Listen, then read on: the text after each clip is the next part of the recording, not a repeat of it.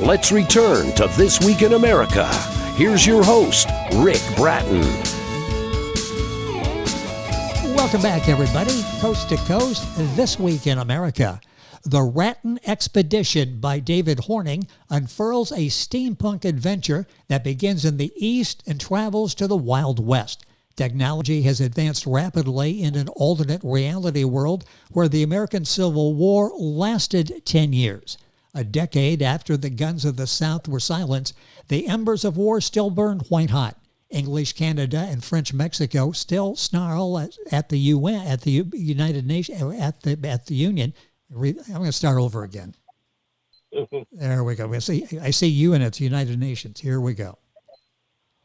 Welcome back, everybody. Coast to Coast, This Week in America. The Ratten Expedition by David Hornung unfurls a steampunk adventure that begins in the East and travels to the Wild West. Technology has advanced rapidly in an alternate reality world where the American Civil War lasted 10 years. A decade after the guns of the South were silenced, the embers of war still burn white hot. English Canada and French Mexico still snarl at the Union, but a new terror faces the country. Can a former Union officer, now a museum director, survive long enough to stop a pair of mad renegade scientists hell-bent on the destruction of the Union? David holds a BS and master's degrees in mechanical engineering, a doctorate in environmental engineering, and several other social and physical science degrees, a licensed professional engineer in New York State. He also holds an MA in pastoral ministry. Now, after working for 25 years in the chemical process industry, he retired. He also worked for the Municipal Housing Authority and later for the Department of Public Works for the City of Buffalo, also served as the city engineer. David spent many years teaching engineering at the college level, an avid history buff, including many years as a Civil War reenactor. David A. Hornung, author of The Ratten Expedition, is our guest on This Week in America. David, welcome to the program. A pleasure to have you with us to talk about your book. Well, thanks for having me on, Rick. I appreciate it. Been looking forward to it. Well, I have too. This is an exciting book, a really unique take on the Civil War and what might have happened afterwards, the what-ifs that we'll talk about during the course of the interview. I mentioned the background, a science background. What were the circumstances that caused you to start writing? Where did this writing come from? Well, that part's actually easy, but it's not pleasant. I retired, and a week later my wife collapsed. Ooh. So I spent the next 10 years caring for my wife while she slowly died. Sorry to I hear only that. got to go out of town once a year for a long weekend when her best friend came to stay with her. I couldn't stand the game show network. She was living in our living room in a hospital bed. So I hid out in my office and started to write. To top that off, I had wanted to leave some bad reviews for some really bad paranormal and science fiction, but before I shot my mouth off, the question was, could I do better? I was taught to walk a mile in the other man's moccasins before you criticize. Yes. Well, you've been able to write so well. The book is receiving rave reviews. It's one of two, and we'll talk about both. The Ratten Expedition by David A. Hornung. His website is very simple. It's his name, David A. Hornung, HORNUNG.com. Link for that on our website, thisweekinamerica.us, to take you right to David's website, information on the books. You mentioned writing reviews of other people's stories. What bugs you when reading other people's stories? What was it that you read that you thought, first of all, I'm going to critique that, and second of all, I'm going to do better? What was it that bugs you about some other the authors that you've read? Well, there's a couple things. First, worlds that the authors do not make the background clear, whether it's sci-fi, fantasy, or paranormal. So that I have to spend the first half or better of the book trying to figure out what the setting was instead of enjoying the story. Second thing that puts my teeth on edge are plot devices that make no sense. The author gets into a corner generally because they did not think it through or they didn't do the research and solves it by pulling magic or the super science gizmo out of their butt to solve the problem instead of taking the time to do a rewrite or think up a more believable solution. And third, Same as 2, except they didn't even do that and left you with a totally improbable story point. You know, as you're saying, going through all of that, we can all remember stories that we've read like this that made really no sense. And you've got time invested in it, so I guess you go ahead and you finish the book. But those are points that are left dangling. You don't fully understand. It's not logical. It doesn't make a lot of sense. When you read The Ratten Expedition, it's really well laid out. And we'll talk about that in detail as we go through our conversation here today. It really flows. It's an excellent writing style. David Hornung, the author, is our guest on the program. Who influenced you? Who were some of the writers possibly that that you really enjoyed? You look forward to their new books, and they may have influenced your writing style. Well, first of all, yeah, the relatively easy question, yeah, right. There were so many. Certainly, probably one of the biggest ones was my dad, who loved to read and had a rather interesting life. So I attribute my love of reading, engineering, and problem solving to him. I can't even guess at the number of Reader's Digest condensed books I read as a kid, and loved it every month when a new collection would show up. Or, as my cousin Joni once put it, when my late wife was complaining to her about me, "You are your father's son. You're just like Uncle Frank." Among the writers, all those folks who wrote speculative history, the what ifs of history, What If 2, Return to What If, Son of What If Rides Again, my story takes its starting point at such a what if. The factual history writers who allowed me to get the facts and feel of the times to weave the tapestry for my stories. And finally, the TV and filmmakers who brought those times to life so I could feel it. Maybe the most important were various educators and supervisors who didn't accept second-rate work. I have to admit, at the time, I didn't appreciate that so much that it was not being accepted. But, exactly. And then finally, 2 authors that stand out to me. First is Tom Clancy, who came up with a new genre called the techno-thriller, and a gal named Gail Carringer, for showing me how to quickly bring her reader up to speed on her world, which is just around the corner from ours, but in such a way that, to paraphrase it, it makes getting into the world half the fun.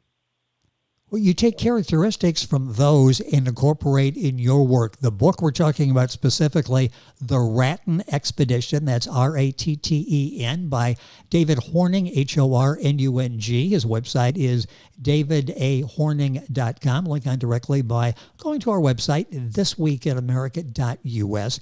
You picked steampunk for the genre that you decided to write in. How is the steampunk adventure different from maybe other stories in the genre? And maybe just a brief explanation what steampunk is for some that may not know it. And why did you choose that? And why did you give it a little bit different spin? Okay. All right. Why did I choose it? I was for many years a Civil War reenactor and loved the 19th century. I'm a model railroader, and my modeling tends to orient towards that period.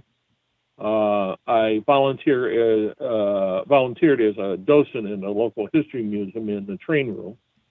And note, when you can't get any of the trains to run, it happened to me, you have to do a super song and dance to make it still come alive. Yes. I'm a miniature war gamer. Again, the Victorian period is my favorite period. And being somewhat less than fully mobile, I'm kind of crippled up. I use a cane, which is a reproduction of a period cane, and wear a derby hat, which, surprisingly, this is a hint to some of your older male readers, I get a lot of compliments on, especially from older ladies. So they seem to find it kind of sexy. So. As I noted, I tried to follow Clancy's lead and write a techno steampunk. Steampunk is basically, it's Victorian science fiction. H.G. Wells would probably be the best one. Jules Verne.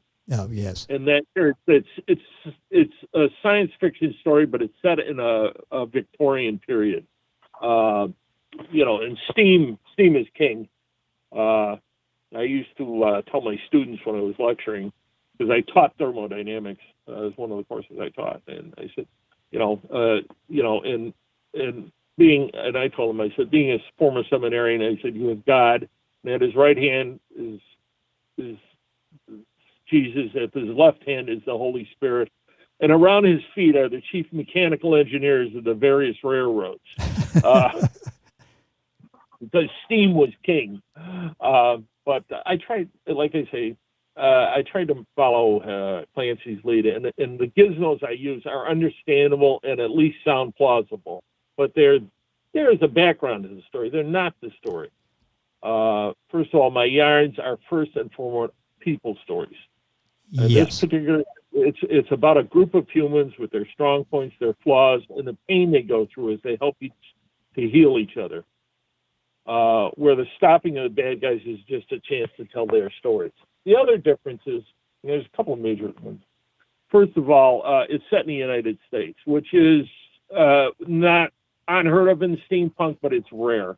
Most of them are set in Europe or whatever. The other point is, and it's the only one I've ever read, where a clergy, in this case, Father Peter Harrigan, is one of the central characters, because I don't think I've ever read another steampunk story. There probably is one out there, but I've never read it, where you have a cleric as a major character. But what do you expect? I'm a former seminarian. So. Well, yeah, so I guess it's only natural you would carry that out. And I'm glad that you said it's more than a steampunk story. Read some of those, and they tend to get boring after a while. The focus is on the technology, and you sort of you lose the reader as you go. This, as you said, is a people story. Talk about that. I mean, John Morton, who I talked about, was the former Union officer. We see a transformation in him. All of the people that are involved in the storyline are unique characters, and they all have a story. That obviously was important to you to tell a people story. You're using steampunk as sort of a background. Yeah, it was kind of interesting. Morton is, of course, the main protagonist, Yes. and he was a Civil War officer, volunteer. You have to understand that in the American Civil War, the United States Army, per se, played a very small part. They were out west fighting Indians. Most of the bulk of the Union forces were state militias who were brought into federal service. And Morton is such an officer. And he has been so busy with, his museum work and this, that, and the other thing. He's kind of not paid attention to his life. The second major character is a gal named Julia Veroli. Julia is a very interesting character. She was picked up as an orphan. Think Gangs of New York. Okay, that's what when I was writing this is what I'm visualizing. Yeah. She was about 8 or 10 years old. She was arrested for stealing an apple. She'd been an orphan. She'd been living on the streets. And instead of going to a workhouse or something, she is picked up by a guy named William Anderson. And Anderson is the puppet master, pulling all the strings behind everything. And she is trained to be a cold-blooded killer. He's trained her as an assassin and spy. And he uses her internally for things like the steampunk adventure. And so, here's this beautiful young woman. I have to admit, the girl I had in vision when I was writing Julia was she played Yvonne Craig. She played Batgirl in the original Batman series, along with a lot of other parts in various TV shows of the period. She has no feelings at all. I mean, she's a stone killer. And being with Morton, all of a sudden things are changing. The next major character is a black Afro-American, one of the current euphemisms was a genius. I call him a tinkerer. We would have called him an inventor in our time. And he came up with some things to help his unit during the Civil War. He was part of the 2nd Black Regiment to fight. And again, afterwards, they pick him up because they think they're going to need a tinkerer along with. And he's broken. His wife died in childbirth along with his daughter because the hospital at that time wouldn't take in blacks. It was only for whites. So he's a man burning with a lot of enough hatred. And finally, there's Peter Harrigan. And finally, the key puzzle is a little black girl who Morton saves from being gang raped in Buffalo. And she's the one that begins to unlock both Julia and Isaiah's hearts. She becomes the family Julia never had, and she becomes the daughter Isaiah had lost. Oh, it's interesting. Well, you've got our attention with the characters and reading the reviews. They love the characters and really can get into following and anxious to see what happens with the characters. The book is The Ratten Expedition, Ratten, by David Hornung, Hornung. The book available at all the usual places. His website, best place to go, davidahorning.com. Now, this, I understand, was to be the second book, but it became the first book. How did that happen? Why did that happen? I actually haven't the slightest idea. Okay. I had the whole second book plotted out, which is called The Subterranean Expedition. Blatant plug there. Yes. And as it started out, and all of a sudden these characters took off in a totally different direction. And I was just like watching a movie and writing, as I put it, these characters took it, and I was just along for the land-based Nantucket sleigh ride as the chronicler of their adventure. I still don't know how it happened, but it was great fun while I was doing it. You're sort of and then finally I turned around and said, okay, well, I wrote a pretty good book there, but could I write the book that I set out to write? And that's how the second book came around. It's interesting, and both of those are available at David's website. The Subterranean Expedition, the second expedition, is the one that I'm not going to get into. It's supposed to be the first in all of this, but enjoy both of them. They're both available at David's website, davidahorning.com. Where do you get the ideas for the books? Where did the ideas come from these two books, for these two books? Okay. In both of these, to a certain extent, if you remember the Ray Bradbury Theater on yes, TV, yes. Yeah, he talks about how the things in his office are things that he gets ideas from. The steam tunneling machine found in the second book is a miniature I put together for my steampunk armies with bits and bobs, pieces from the craft store, and a broken HO scale army tank with nothing more in mind than to make it look really cool. In a similar vein, the Ratten got their genesis and dress from some miniatures that I bought from Rebel Minis and painted up, and were built as 15 millimeter pie rats. And the rest of it is just some random thoughts as I was painting up passengers for my 19th century passenger train and wondering who they were and where they were going and what they were doing. So it was just all sorts of ideas and good ideas. Interesting. We see where all of your background ties into who you are as an author. With that in mind, what are you working on now? Do you have another book that you're in the process of writing? I've got a couple of things. First of all, now that my nephew stopped over and moved my older washing machine out of the way, I mentioned I was mobility impaired, I can get to the far side of my cellar. Now I should be able to finish, take some pictures and finish up a set of wargaming rules from the 19th century and a set for World War II and Weird World War II. After that, I'm working on a new character and series of short stories for him. And my fiance is bugging me to get back to writing. You are a good writer. Very direct. God, I love that woman. Well, she's accurate too. You are a good writer, so I hope that she has an influence on you, and you work on these stories, and you can follow where David is with these stories when he has them ready to publish by referring to his website, davidahorning.com. A couple minutes left in the conversation. You talked about this a second ago, all your hobbies and your background. That really has influenced you as a writer, hasn't it? Yeah, I think that I mentioned enough things to give folks in my mind works. By the way, if they have any insights, please drop me a note, because most of the time I can't figure me out. But as an engineer, my tales have to tell a believable story that is consistent with the world or worlds as I invent them. As a seminarian, there has to be a moral framework to them. And as a history buff, it has to be an honest setting aside from the what ifs and the fancy inventions.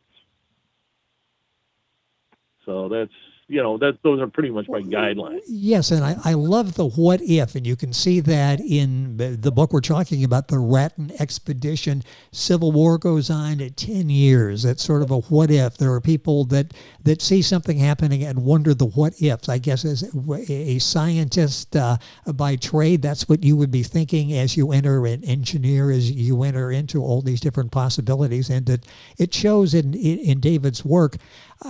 Second or so here to wrap this up. You mentioned that you love to send off negatives, or wanted to send off negative comments, negative reviews, maybe constructive critical reviews to people who write. Do people do that on your books, and how do you handle a negative comment? Most of the time I'll look at it. Oh, one thing I should mention too, differences. If you go to the end of my book, there's a glossary in the back of the terms I've used. Okay, thank you. A lot of people won't know the various 19th century terms, so there is a glossary in the back. No, I let them, most of the time I let them roll off. I think I mentioned I was city engineer. I had to go out and do a lot of stuff, and and many times people were not happy with the city. So you had to be careful of what you said and how you said it, otherwise the tar and feathers would muffle the whole meeting. Yes. I love the quote from Candace Owens that said, "The world is rough, get a helmet." I can deal with it. Well, and that says it all. As a public official, you believe me, you can handle criticism, and that's what David has been able to do. You're working with Reader's Magnet, self-publishing company, marketing company, to get the books out there to talk about them. What's that experience been like working with Reader's Magnet on the business side of being a writer? It's been very pleasant. Been very, very supportive. And again, I'm a decent engineer, fair writer, et cetera, but I am not a businessman. And sales and all that are not my forte. But they have been terrific to work with, and they've given me a lot of tips and a lot of hand-holding as I made this journey. Well, you're more than a fair writer. You're a very gifted writer, a talented writer, and we look forward to more books. We've got two that we can enjoy right now. The book we talked about today, The Ratten Expedition, Ratten, and the second or the first book, depending on how you look at it, The Subterranean Expedition, The Second Expedition. Find these at Amazon, Barnes & Noble, the usual places, and David's website, David A. Hornung, HORNUNG.com. David, it's been a pleasure having you on the program. Hopefully we can do this again in talking about the newest book. Thank you so much for spending some time with us on the program. Thank you for spending some time with a beat-up scruffy old plant dog, Rick. I appreciate it.